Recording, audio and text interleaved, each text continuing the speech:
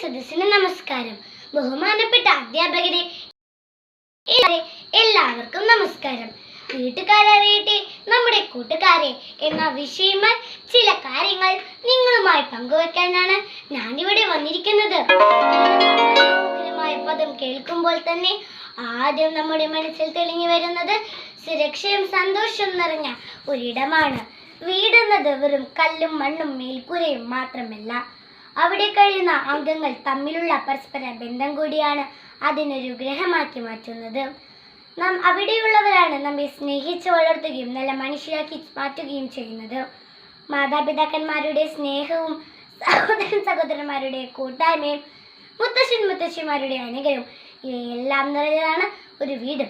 വീട് നമ്മുടെ ആദ്യത്തെ സ്കൂളും വീട്ടുകാർ നമ്മുടെ ആദ്യത്തെ അധ്യാപകരുമാണ്.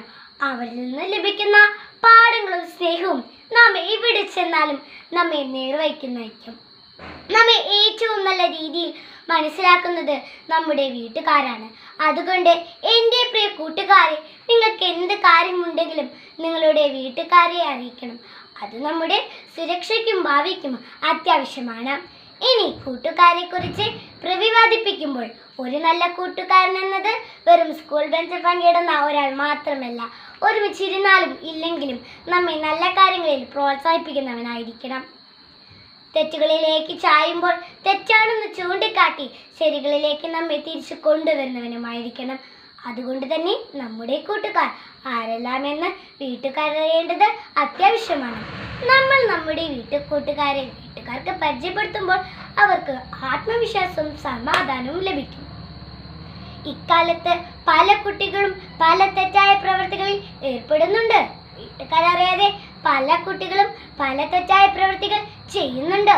കൂട്ടുകാരുമായി കൂടുതൽ സമയം ഇടപഴകുന്നതിനാൽ നല്ല കൂട്ടുകാരൻ നാം വഴിതെറ്റി പോകുമ്പോൾ സുനിശ്ചിതമായി നമ്മുടെ വീട്ടുകാരെ അറിയിക്കും.